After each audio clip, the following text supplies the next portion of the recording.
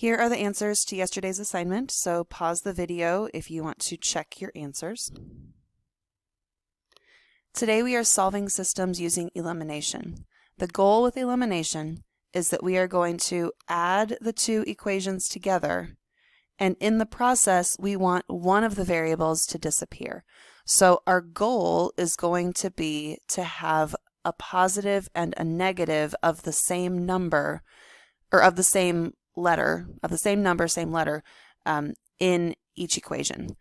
This equation, this first example, is set up perfectly. We have a positive 2y and a negative 2y. So when we add these together, those two will completely cancel out and disappear. So when we add these, 3x plus 5x is 8x. These add up to 0, and 2 plus 6 is 8. So we have 8x equals 8.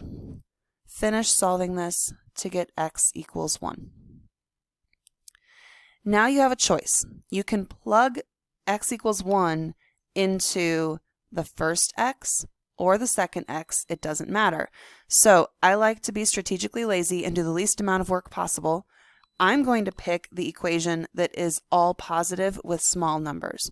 So I'm going to use 3x plus 2y equals 2, and we're plugging that x equals 1 into there. So 3 times 1 plus 2y equals 2.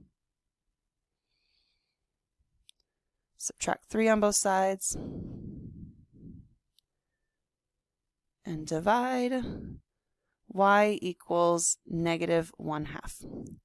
So the solution for this system is 1, negative 1/2.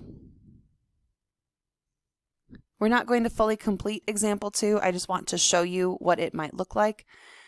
In example 2, we don't have a match. We don't have a positive-negative match in these two equations. But we could easily get a match by multiplying one of the equations.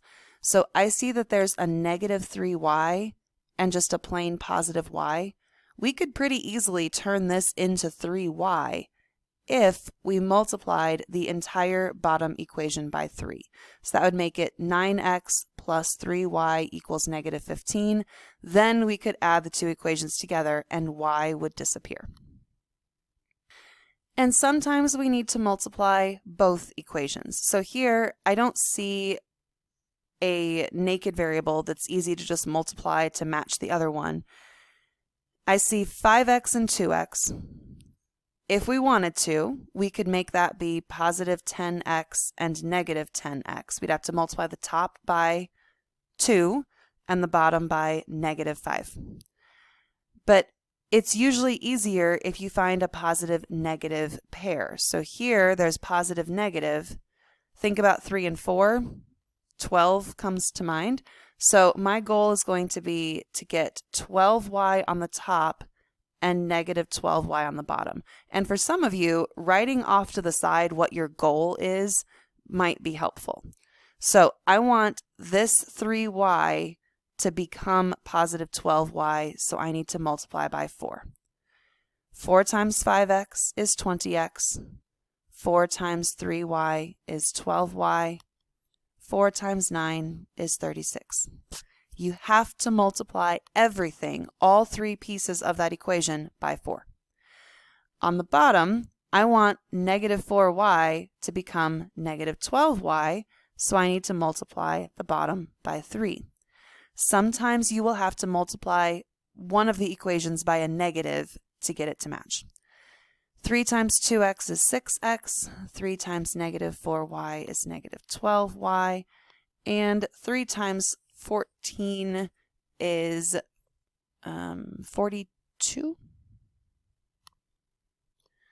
Once you've done your multiplication, take a quick moment and check, did you multiply the last numbers? That's a very common mistake, is that people forget to multiply those last numbers. Then the other thing that you need to check is, do I actually have this set up for elimination? So do I have a positive-negative match? And we do. So now we add 20x plus 6x is 26x. 12y and negative 12y will cancel each other out. 36 plus 42 is 78. And then we divide, finish solving this to get x equals 3. Now we have some choices. We can plug 3 into the very first x in the first equation, the x in the second equation, the x in either of the new equations. But again, strategic laziness, choose the equation that looks like the least amount of work.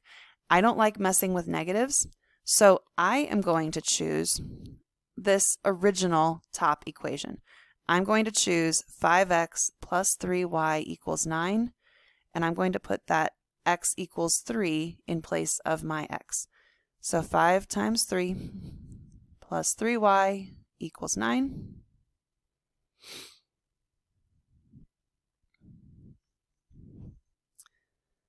So 3y equals -6. Divide by 3 to get y equals -2. So my solution is the ordered pair 3, -2. All right, your assignment is going to be 2 problems, and it is posted in Schoology.